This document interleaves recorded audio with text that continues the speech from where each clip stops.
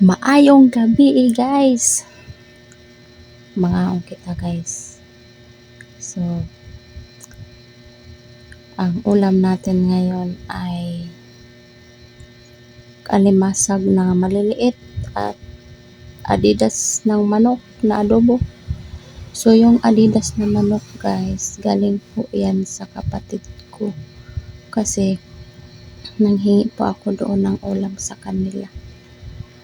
Diba?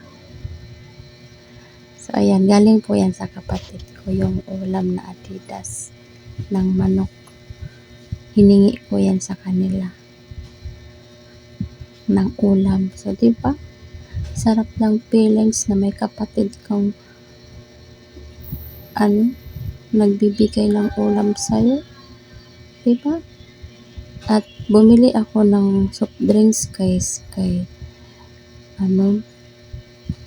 wala lang. Gusto ko lang mag soft drinks. Kasi parang ang sarap mag soft drinks to. Royal ang pinili ko kay mahilig man ako sa Royal kaysa sa Coke. Kaya yan ang pinili ko. Ay, hindi pa. So, ang sarap ng alimasag guys, kahit maliliit. Kasi may iba-ibang alimasag dyan na mataba, merong aliki. Kaya sarap kainin. Kaya naubos ko yan guys, yung alimasag na yan nga ulam. So, hindi po ako ang nagluto niyan guys. Pamangkin ni Princess ang nagluto niyan. Ang alimasag.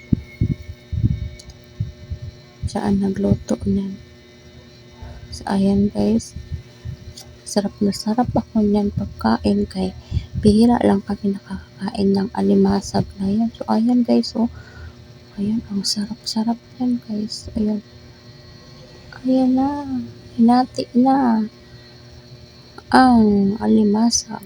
Masarap siya guys. Sobrang sarap ng alimasag. Ginataang alimasag po yan. Hindi ba? Bihira lang kami nakakain yan. Ayan. Tapos sabayan pa ng soft drinks na Royal. Wow, busog na busog. Thank you for watching. God bless always. Ingat po kayo lagi always. Salamat sa suporta sa inyo guys. Salamat sa support at sa panonood at sa pag-subscribe sa aking YouTube channel. Salamat sa inyo guys. Salamat guys. God bless sa inyo lahat.